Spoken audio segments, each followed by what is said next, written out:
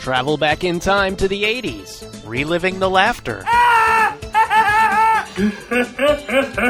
The heroes. Pick up your phone and call the professionals.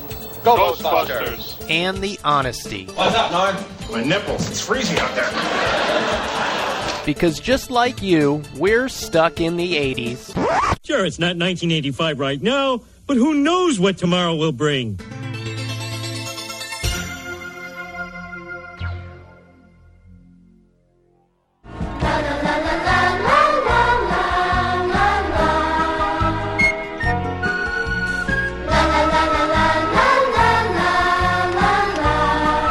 Hey, welcome to Stuck in the 80s. It's your host, Spearsy. And B-Rad. And this is our traditional end-of-the-year bloopers edition of the podcast. I always wanted to be Captain America.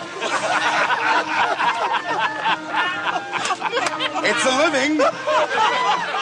Brad, can you believe this is our 53rd show of the year? That is blowing my mind. I can't believe we did that many shows this year. I mean, you know, not to just pat myself on the back too hard, but let me pat you on the back too hard. That's fantastic. I haven't done the math, but I'm betting that there's not a single year of the 12 years that we've done this that we've done 53 shows in a year.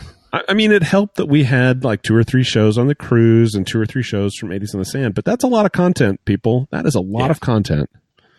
Of course, we weren't helped by the fact that, as traditionally it just happens because we're at that age, there's a certain amount of tribute shows that we have to do. Thankfully, I'll say there are only 2 this year. Pat Denizio, the lead singer from the Smithereens, that show was a couple weeks ago. And then earlier this year, the shocking news of Tom Petty's passing. But we also had some interviews this year, Steve. You talked to Richard Blade, Terry Nunn from Berlin, Paul Dean of Loverboy, author Scott Ryan, who wrote the 30-something book. And don't forget, we talked to the queen of 80s-ness, Martha Quinn, back in May. Oh, my gosh. How could I forget? Yeah, that's our 3rd interview with Martha Quinn. In fact, to me, like the best interview with Martha Quinn we ever did was back in 2009. We did a show right at New Year's where we celebrated or we lamented. We were sort of marking the end of the 80s, and we were asking Martha what she did on December 31st, 1989. Yeah, that's a great episode. And the one thing I remember about it is the way you ended it. It counted down and then it went into static and it just faded away. And I think myself, along with all the other listeners, were like, is this the end? Is the show over? A lot of people messaged and asked us that very same question. And I felt really good about that. I felt like I had achieved what I was going for. You nailed it. You nailed it. Other things we did this year, the March Madness tournament returned. This year we did a series of listener polls to determine who's the best movie villain. Happy to say that Hans Gruber from Die Hard won that. Yep, he's not on the beach, not earning 20%, but he is a winner. We also came through on one of our New Year's resolutions. We did increase the number of shows about television. yeah, from 0 to 2. 2. But I feel really strongly about those. We did movies that became TV shows. And we just did a holiday TV specials one, which I think you'll see another one of in that series next December. That was a lot of fun. Yeah, I really enjoyed that. Of course, we had some remote shows this year. We were recording live from the Celebrity Summit for 80s Cruise. And then I was down live in Punta Cana, Dominican Republic for 80s in the Sand. Brad, did you have a favorite show this year? Yeah, you know, I know maybe it's a little morbid, but I really did like Tom Petty. I felt like you and I and just Drew did a good job on that. And I had maybe it was because it was cathartic for me, but I had a great time putting that one together because I pulled all the clips on that one. I did more of the audio editing than I usually do. And it kind of helped me come to terms with it a little bit. And then the playlist I used making the show, I listened to that just all week long, all month long after that. Wow. Yeah. For me, it was The Untouchables, which was a pretty recent show. The Untouchables turned 30 this year. And for some reason, that's one of those movies that I forget about until I see it pop up on my queue. And then I watch it nonstop for a week. Yeah. So it felt really good to do It's so good. Yeah. It's so good. And I agree that it's kind of maybe forgotten classic is too strong, but it shows so much of what was great about movies in the 80s, the style of it and the sound of it and the actors. And it's just such a great movie. That was a really fun show. Well, for all the good things we did in 2017, Brad and I made our share of mistakes. And to our credit or our detriment, we do like to save our outtakes. And so Brad has gone through all 53 episodes and saved clips. With a fine-tooth moron comb to comb out all the morons. And so we have 10 amazing minutes of outtakes for you to feast on for this New Year's Eve. We look forward to being back in 2018. Enjoy the outtakes. In the meantime, Brad and I remain here, hopelessly stuck in the 80s.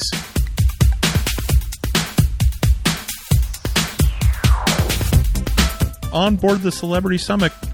On board the Celebrity On board the Celery Summit. On board the Celebrity Summit this spring.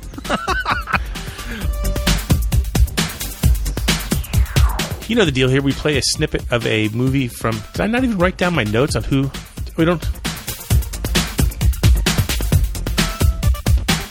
Oh, that's me. I'm like, wait a minute. Why did he stop? We'll fix it in the editing. Yep. You're in a good mood. I've been eating vegetables lately, I think.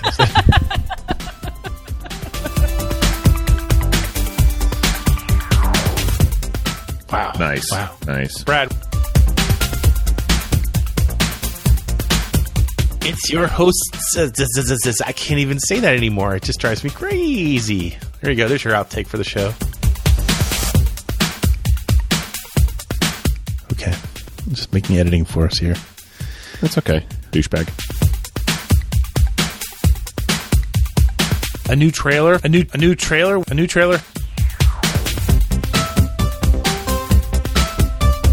The cat fell asleep on the keyboard. Okay.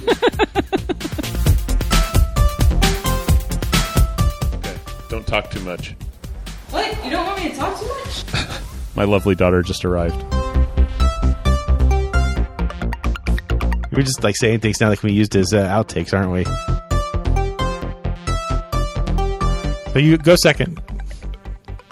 I don't want to now.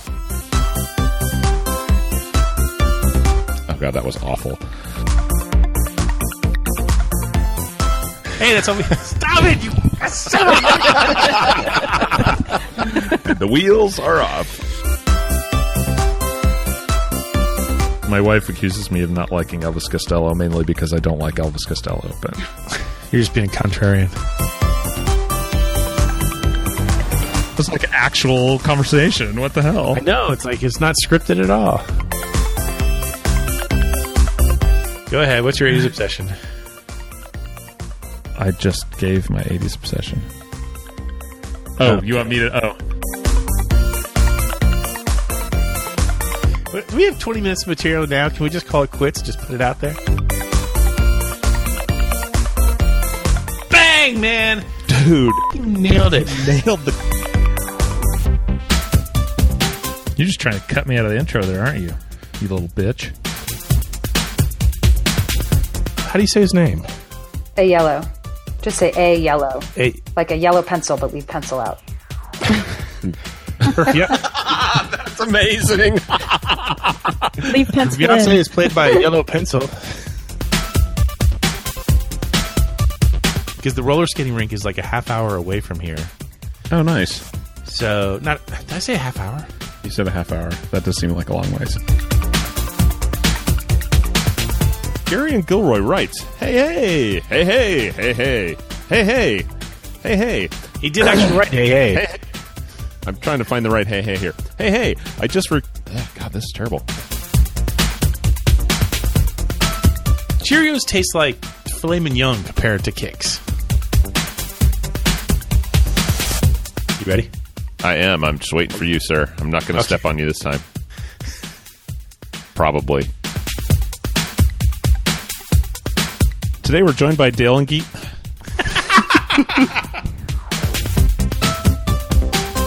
About the show as we turn 400. Catch you on the flip side. That sounds awful. Martha Stewart. Yes, Martha Stewart's Martha Washington. And Martha Washington and Martha and the Vandellas. Debbie Foreman, too. And Martha Quinn. Debbie Foreman. I know I just boxed you into a corner with that one. Oh, that's me. Oh, that's me. This is going great. Hey, bad dress rehearsal, great show. Yeah. Destination Seggytown. Tracy Spencer in the original. Spencer Tracy? Oh my God, that was amazing. With that last one. So here's our first pick today. It's Bates Motel with The Hitmen. Or no, it's The Hitmen with Bates Motel.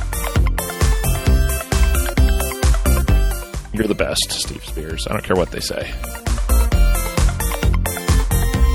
We are stuck here, hopelessly, in the 80s. That didn't sound wrong. You didn't give us a stock. I know.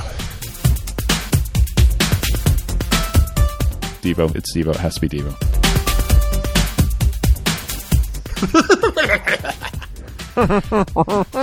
Should go back to drinking before shows. Is that enough of a pause? Oh, we can make it as long as we need to. With the magic of post-production. Okay. Wiener. What are we wrapping up with? I don't know. I was going to ask you that. We play a song. We play a movie from the.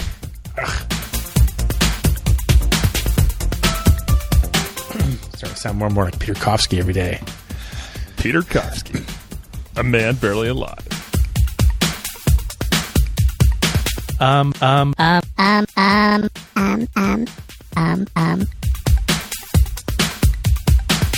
Yeah, no, that was totally serviceable.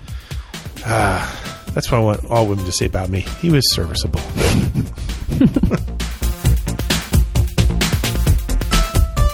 Paradise by the Podcast Light. And until next time, Brad and I remain here, hopelessly. What are you doing? Chose not to do anything. Is that how it is today, Spearsy? Cat is standing right in front of the founder. I can't see my notes at all. You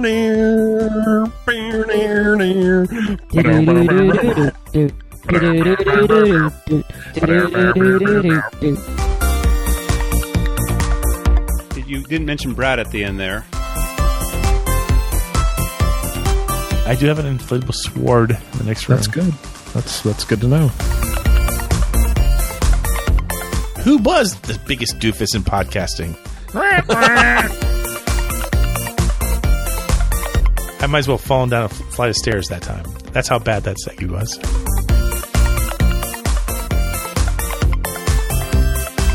We're going to have to trim We'll cut that. Otherwise, we're just dicks. You're just making outtakes now, just for the sake of it. Nope. I just said that to make the outtake even better. God, it's so meta. Let's list some listeners. Let's wisp some listeners. Let's list some winners. I feel like I should get a bonus for that awesome transition for you. I don't feel popping. I'm not popping. I'm just talking and locking. Talking and locking. Nah, we still lay a turd every once in a while. That's okay.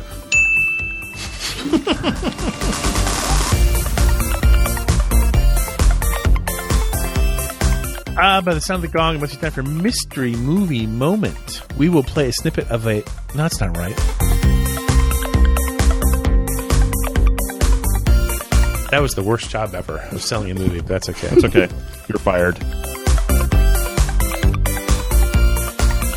Great transition. I'm hitting the ball like right where you can't get to it, and you're like, dang.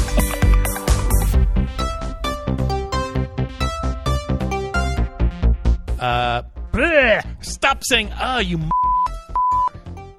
Stop biting my foot. I can fix the in post, but the foot thing, you're on your own.